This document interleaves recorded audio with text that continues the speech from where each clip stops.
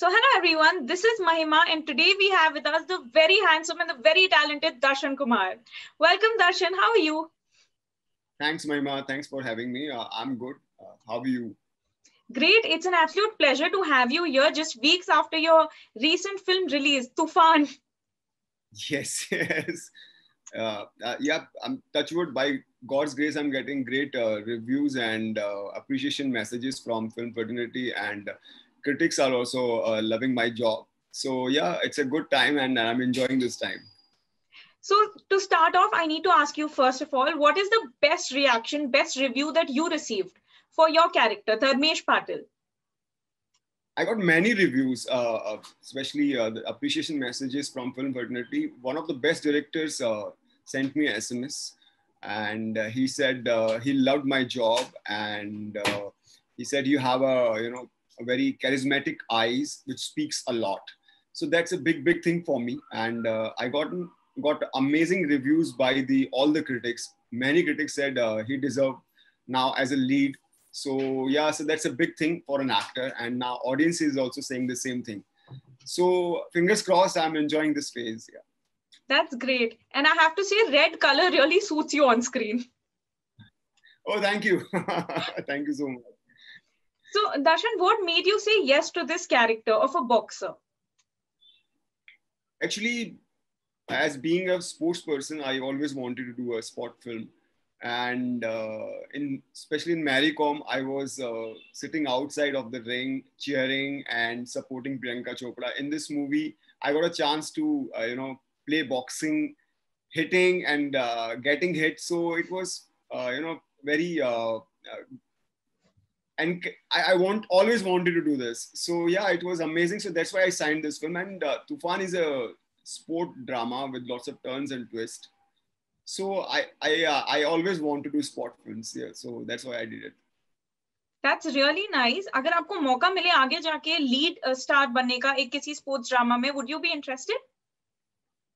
हाँ, क्यों नहीं. और डेफिनेटली अगर मैं तो कोशिश अभी एक्चुअली मैंने 2 फिल्में भी की हैं जिसमें मैंने एज ए लीड किया है जो बहुत जल्दी रिलीज पर हैं.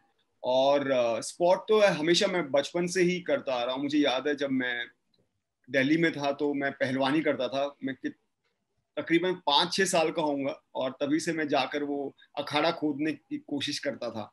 सो या और उसके बाद फिर मैंने जूडो सीखा, बॉक्सिंग सीखा, एंड देन अभी भी किक बॉक्सिंग करता रहता हूँ. तो ये मेरे ब्लड में है. तो आई लव टू डू. अगर कोई फिल्म किसी भी स्पॉट पे बनती है और उनको लगता है कि मैं कर सकता हूँ, तो बल्ले बल्ले, उससे अच्छा कुछ हो ही नहीं सकता. वाओ. तो बॉक्सिंग के बाद अब नेक्स्ट स्पोर्ट आप कौन सा प्रेफर करेंगे ऑन स्क्रीन? कोई भी. जैसे cricket, I love playing cricket. और उसके बाद कोई फिल्म बनती है. और उसके अलावा अगर एनी स्पोर्ट, मैं I can play almost all. सारे स्पोर्ट्स में खेल लेता हूँ. तो अगर कुछ होगा तो प्रैक्टिस करके मैं उसको इम्प्रूव कर सकता हूँ एज एन एक्टर. ओके. तो तूफान के लिए आपको स्पेशल ट्रेनिंग मिली है विल स्मिथ के ट्रेनर से, Daryl foster. So how was your experience? It was amazing. It was a once in a lifetime experience working with Daryl Foster sir, because he is one of the best coach in the world. He has trained 8 world pro champions. So I was so excited working with him, and I still remember our first day when he met us and he said, I'm going to teach you how to take a punch, not fake a punch. So I was like, okay, sir. And then he trained us every day from 7 a.m. to 3 p.m. That was a rigorous training. And yeah, I had a great time working with him. And I will cherish that moment and in my entire life. Yeah. Wow. Okay. तो इस movie में आपने सिर्फ screen ही नहीं, ring भी share किया है फरहान अख्तर एके तूफान के साथ. तो वो आपका कैसा एक्सपीरियंस था ऑन सेट काम करते हुए, ब्रेक के टाइम पे? It was amazing क्योंकि जब फरहान अख्तर भाई is he's a powerhouse of talent. He wears lots of feathers on his cap as a writer, director, producer, singer, you name it, he can do it. So but while doing training with us, he was like just like a newcomer. He was doing each and everything which was told by our coach, and he was working hard like anything. He has put his heart, soul, blood, sweat, everything in this film. So yeah, it's amazing working with him. Or especially our fight sequences, we had a great time shooting them. So though we were hitting each other that really hard, but yeah. So when the audience like the fight sequence and everything, so you all goes, you feel good. Yeah. That's great. Okay तो जब movie release हुई थी और release होने से पहले भी तूफान को काफी टाइम तक भाग मिल्खा भाग से काफी कंपेयर किया गया था, क्योंकि राकेश ओम प्रकाश मेहरा ने बनाई है एंड फरहान अख्तर इसमें लीड स्टार है। तो आपके क्या थॉट्स हैं जो सारा कंपैरिजन वगैरह हुआ था, जबकि दो अलग अलग स्पोर्ट्स हैं फिर भी, तो आपका क्या ओपिनियन है उस पर? एक्चुअली अगर आप कोई भी स्पोर्ट फिल्म देखेंगे तो उसके अंदर स्पोर्ट तो होता ही है, उसके अलावा वो एक इंसान की जर्नी होती है। वो मेन उसके इमोशंस, वो किस तरह से स्ट्रगल करके या फाइट करके या कितने चैलेंजेस को फेस करके उस लेवल तक पहुंचता है। या कोई भी स्पोर्ट पर्सन हुआ, कोई बहुत इजी लाइफ नहीं होती है, बहुत रोलर कोस्टर राइड होती है उनकी हमेशा। तो वो जर्नी मेन इंपॉर्टेंट होती है। तो वो अब ये होता है कि कई बार स्पोर्ट पर्सन हारता है, कई बार जीतता है और एंड में फिर जीत जाता है। वो तो हर एक फिल्म का एक एक बेस होता ही है, लेकिन इंपॉर्टेंट होता है कि वो जर्नी कैसे पूरी की जाती है। तो वो जर्नी और भाग की जर्नी बिल्कुल डिफरेंट है। और जो अज्जू की जर्नी है, वो एक कैसे वो एक छोटी जगह से, डोंगरी से निकलकर एक बड़ा चैंपियन बनता है, वो कहानी है।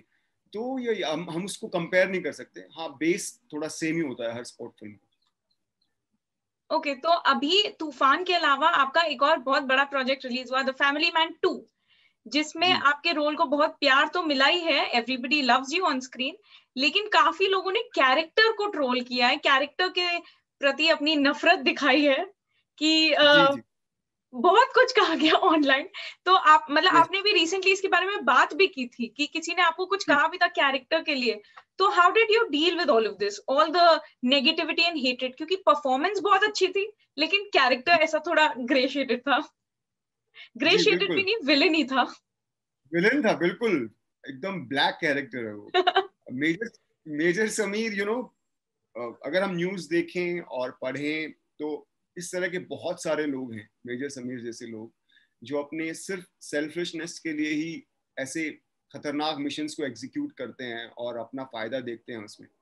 तो वो तो रियलिटी है ही, वही उसी तरह से दिखाया गया है मेजर समीर को। और ये बहुत चैलेंजिंग था मेरे लिए रोल, बिकॉज अपने ही देश के खिलाफ कुछ प्लान करना और उसको इमेजिन करना भी बहुत टफ होता है, क्योंकि आप अपने देश से बहुत प्यार करते हैं। तो बहुत चैलेंजिंग था, बट मैंने बहुत कोशिश की इसके लिए, बहुत मेहनत की, उसकी बैक स्टोरीज बनाई। क्योंकि एक बैक स्टोरी हम इस द फैमिली मैन में हम वो दिखा नहीं पाए अभी तक, लेकिन डीके राज सर के साथ डिस्कशंस में ये हुआ था कि इसके मेजर समीर के फादर कारगिल वॉर में, इंडिया पाकिस्तान की वॉर में मारे गए थे। तो वो उसके अंदर एक रिवेंज लेने की एक वो उसके अंदर भावना है इंडिया के खिलाफ। वो शायद बाद में भी दिखाएं या जैसा भी है। तो वो उसकी और मैंने बहुत सारी बैक स्टोरीज बनाई थी, तो उस कैरेक्टर को उस तरीके से जिया तो वो ठीक था, तो लोगों को बहुत पसंद भी आया। बट ये है कि लोगों ने जहाँ देशभक्ति की भावना आ जाती है, खास तौर पर अपने देश के लिए, तो वो भूल जाते हैं कि एक्टर हैं और ये परफॉर्म कर रहा है।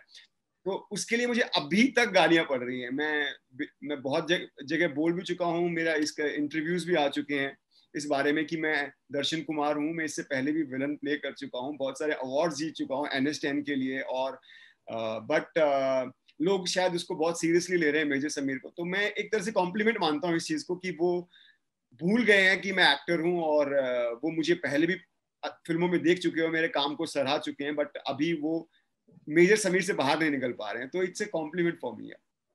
डेफिनेटली, क्योंकि आपने इतना अच्छा परफॉर्म किया है कि लोग भूल गए ये दर्शन कुमार है, लोगों को सिर्फ वो कैरेक्टर दिख रहा है। तो बहुत बड़ा कॉम्प्लीमेंट हुआ। आई मीन आज भी जो आपकी परफॉर्मेंस NH10 में याद आती है तो बहुत ही ज्यादा डर लग जाता है। तो it's really good. Thank you so much. So up next आप दिखेंगे अगले सीजन ऑफ आश्रम में। बहुत एक्साइटेड हम ये देखने के लिए कि आपका कैरेक्टर अब और क्या नया टर्न लेगा। कोई ऐसा अपडेट जो आप हमारे साथ शेयर कर सकें, क्योंकि फैंस बहुत जोर से वेट कर रहे हैं आश्रम के लिए। एक्चुअली हम बहुत जल्दी शूट स्टार्ट करने वाले हैं उसकी, और स्टार्ट तो बहुत पहले होने वाली थी, पर कोरोना की वजह से हम बार बार पोस्टपोन करते रहे उसको।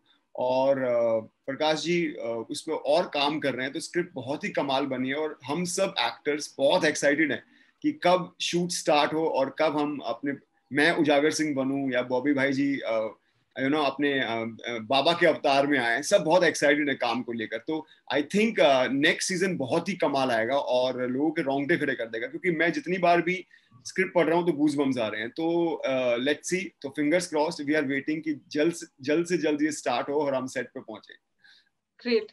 तो मुझे आपसे ये भी पूछना है दर्शन, जब आपने स्क्रिप्ट पढ़ी थी पहले सीजन की, जब ये शो आपके पास आया था और जी आपने शूटिंग शुरू की थी, क्या आपको पता था कि इतना बड़ा हिट बन जाएगा, कि मतलब हर जगह जैसे तूफान मच गया है आश्रम को लेके, तो क्या आपको लगा था कि ये तो बहुत स्टोरी हिट जाएगी? हाँ जी, बिल्कुल तूफान तो मच ही गया, क्योंकि 1 बिलियन व्यूज, उससे भी ज्यादा। तो ये तो मतलब ऑलमोस्ट हमारे जितनी जनसंख्या है सबने देख ली है। और मैं जहां भी जाता हूँ लोग सिर्फ बॉडी लैंग्वेज से पहचान लेते हैं, फेस कवर्ड होता है, गॉगल्स होते हैं या कैप पहनी होती है, तो भी मुझे उजागर सिंह के बोलने लग जाते, Ujagar Singh ji. So that's a big big thing for an actor and for a show. तो या जब मुझे याद है मैं पहली बार प्रकाश जी से जब मिला था और उन्होंने मुझे नैरेट किया था कि इस तरह का ये सब्जेक्ट और ऐसे वो बनाने की सोच रहे हैं और मुझे एज ए उजागर सिंह सोच रहे, तो I was so excited, because मुझे पता था प्रकाश जी हैं तो वो कुछ उनका एक मैजिक होता ही है, क्योंकि मैं उनकी फिल्में देखकर बड़ा हुआ हूँ। और आप जब भी कोई भी उनकी फिल्म देख लीजिए, उस वो edge of your seat thriller होती हैं, और उनके अंदर एक बहुत कमाल का मैसेज होता है और बहुत एंटरटेनिंग होती है। तो जब मैं स्क्रिप्ट पढ़ रहा था फर्स्ट आश्रम की सीजन की, तो मुझे भी वही सब फील हो रहा था और मैं बहुत एक्साइटेड था। इवन मैं सेट्स पे भी जितनी बार भी हमारी बातें होती थी कि फिंगर्स क्रॉस, ये इट्स गोइंग ग्रेट, हम एक्टर्स आपस में बात करते थे कि ये लोगों को पसंद आया, और मैं हमेशा शर्त लगाता था कि देखना ये रिकॉर्ड बनाएगा। और अभी तक मेरे को स्टार सब बोलते हैं हाँ तू बहुत पॉजिटिव था इसको लेकर शुरू से। तो मैं बहुत ही एक आपको एक जब आप पढ़ते थे कनेक्शन मिल जाता है, एक चीज समझ में आ जाती है कि ये वर्क करने वाला है या नहीं। तो वो तो मुझे पहली रीडिंग में समझ में आ गया था। That's wonderful, it's really nice कि आपकी कही हुई बात सच हो गई। फिंगर्स क्रॉस, या गॉड इज ग्रेट। बट जब ये आश्रम पहले रिलीज हुआ था, किसी को बिलीव ही नहीं हो रहा था कि बॉबी देओल ऐसा एक्टर, मतलब ऐसे एक्टर हैं जो हमेशा से रोमांटिक या कॉमेडी में दिखे थे, और इस बार पहली बार ऐसा कैरेक्टर उन्होंने प्ले किया है। मतलब लिटरली हमें गूज बम्स आ गए उनको स्क्रीन पे देख के। जब आप उनसे मिले थे पहली बार इस शूटिंग के टाइम पे, क्या आपने इमेजिन जी, किया था उनको इस कैरेक्टर में? एक्चुअली जब मुझे प्रकाश जी ने बताया था और कि बॉबी भाई जी ये प्ले करने वाले हैं बाबा का रोल, मैं तो उसी वक्त उनको इमेजिन कर गया था। मुझे लगा था ये इनसे बेटर कास्टिंग हो ही नहीं सकती है। और मुझे याद है जब मैं पहले दिन उनके साथ शूट कर रहा था, तो हमारा सीन था जब वो हॉस्पिटल में आते हैं और कार से उतरते हैं, और मैंने उनकी पहली लुक देखी थी वहां पर। तो मैंने उनको वही इशारा किया था कि इससे बेस्ट बाबा जी हो ही नहीं सकते। सो या और जो उन्होंने काम किया है, क्योंकि वो बहुत अच्छे इंसान है। अभी वो हम लोग एक फैमिली की तरह हो गए हैं, वो मेरे बड़े भाई की तरह हैं। हम हर रोज वीडियो कॉल पे बात करते हैं, और मैं कभी भी उनको किसी टाइम भी फोन कर सकता हूँ, और वो हमेशा बहुत ही एक बड़े भाई की तरह प्यार देते हैं। सो मुझे पता था कि वो एक, जब मुलाकात हुई, बातचीत शुरू हुई, तो बहुत ही प्योर सोल हैं। तो वो जो भी करते हैं ना वो दिल से करते हैं, तो वो स्क्रीन पे नजर आया। तो मुझे बहुत उम्मीद थी, और वो वही हुआ कि वो छा जाएंगे। That's so sweet.